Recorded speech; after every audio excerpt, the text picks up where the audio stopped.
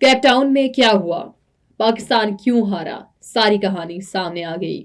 السلام علیکم ناظرین، میں ہوں نور فاطمہ اور آپ دیکھ رہے ہیں دیسی اسپورٹس۔ آج کے اس انفارمیٹیو ویڈیو میں ہم جانیں گے کہ پاکستان کیپ ٹاؤن میں کیوں ہارا اور اس کی اندرونی کہانی کیا ہے۔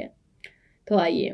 ٹیسٹ کرکٹ کی روایت اور جنوبی افریقہ میں پاکستان کا سابقہ ریکارڈ ملحوظ رکھا جائے تو حالیہ ٹیسٹ سیریز کا حتمی نتیجہ بھی حیران کن ہرگز نہیں کہ 3 دہائیوں پر محیط دو طرفہ ٹیسٹ روابط میں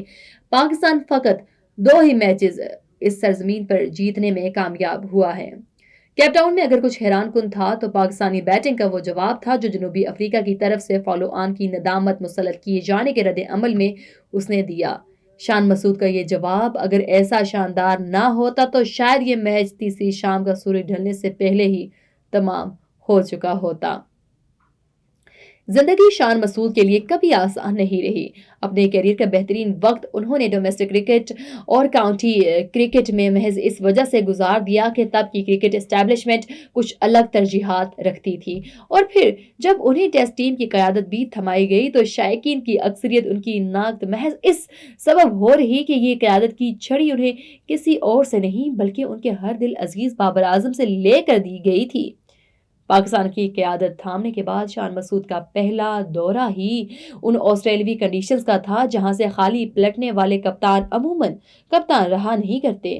حسب توقع اس دورے میں شان مسعود بھی بے ثمر واپس لوٹے، مگر سابقہ 3 دوروں کے برعکس وہاں پاکستان نے ایسے سخت جان کرکٹ کھیلی کہ مائیکل کلارک کے بقول وہ 2 میچز میں جیت کے عین قریب تک آ گئے۔ بنگلہ دیش کے ہاتھوں تاریخی کلین سویپ کے بعد انگلش دورہ پاکستان بھی اسی سمت گامزن تھا کہ عاقب بال کی آمد نے نتائج پلٹ دی اور بالآخر 2 فتوحات شان مسعود کی قیادت کے نام بھی ہوئی۔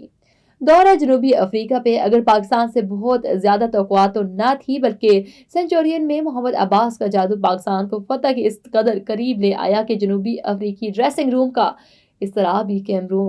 کی نظر سے اوجھل نہ رہ پایا۔ مگر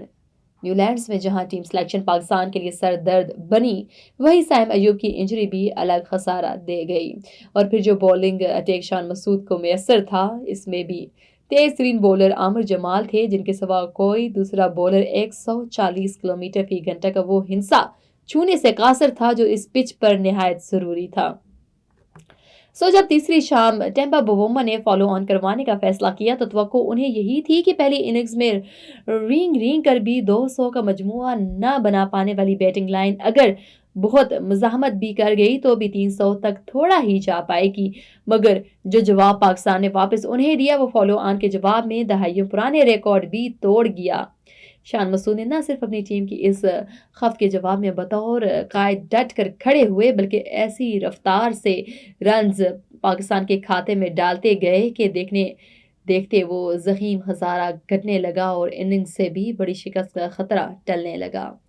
جس نہج پہ شان کی اننگز پاکستان کو لے آئی تھی وہاں ایک متبادل منظرنامہ یہ بھی ہو سکتا تھا کہ جو لڑائی انہوں نے لڑی ویسے ہی شدت سے کوئی ایک اور بلے باز بھی لڑ جاتا اور میچ کو 5ویں دن تک دھکیل پاتا تو شاید معاملات دلچسپ ہو جاتے۔ محمد رضوان اور سلمان آغا نے بہرحال نئی گیند کا بھرپور مقابلہ کیا اور بووما کے صبر کا امتحان طویل تر کر دیا۔ دونوں نے چاہے کہ وقفے تک پاکستان کی پوزیشن اس قدر مستحکم رکھی کہ میچ بآسانی 5ویں دن کی طرف بڑھ سکتا تھا، مگر 4 روز تک فاسٹ بولرز کے قدموں کی تھاپ سہنے والی اس بے جان پچ میں بھی کئی ایسے گرد آلود گوشے نمودار ہو چکے تھے جہاں سے کشو مہاراج بلے بازوں کے اعتماد میں درار ڈال سکتے تھے۔ اگرچہ اننگ سے بھاری شکست کے خواب دیکھتی میزبان ٹیم کو دوبارہ بیٹنگ پر مجبور کر ڈالنا پاکستان کے لیے ایک چھوٹی سی اخلاقی فتح ضرور ہو سکتی ہے، مگر زندگی کی تلخ حقیقت یہی ہے کہ ریکارڈز کی کتابیں اخلاقیات پر نہیں اعداد و شمار پر مرتب ہوتی ہیں۔ اگرچہ پاکستان کا یہ شاندار فائٹ بے تمام اعتراف سے تحسین کے انبار وصول کر سکتا ہے، مگر یہ بھی غلط ٹیم سلیکشن، پیس بالنگ، وسائل کی کامیابی اور پہلی اننگز کی بیٹنگ کوتاہیوں کا ازالہ نہ کر پایا۔ آخری بار پاکستان جب جنوبی افریقہ میں کوئی ٹیسٹ میچ جیتا تھا تب محمد آصف کا ہنر اپنے عروج پہ تھا۔ محمد آصف کو کرکٹ سے گئے ہوئے 1.5 دہائی ہو چکی اور جنوبی افریقہ میں کسی نایاب ٹیسٹ فتح کو پاکستان شائقین کا انتظار 2 دہائیوں تک پہنچنے کو ہے۔ کیپ ٹاؤن کی اداس شام سے کلین سویپ کی خفت لیے مایوس پلٹ نے پاکستان کے ساتھ ہی شائقین کا وہ 2 دہائیوں کا انتظار بھی مایوس پلٹ آیا، جسے اپنا پھل پانے کو اب کرکٹرز کی ایک نئی جنریشن کا انتظار کرنا پڑے گا۔ اب تک کے لیے اتنا ہی۔ اس طرح کی مزید ویڈیوز کے لیے stay tuned with Desi sports, D T V NN، Desi T V USA، Desi T V Urdu اور ہمارا OTT platform DTV flix, جہاں پر آپ کو 3000 سے زائد چینلز دیکھنے کو مل سکتے ہیں۔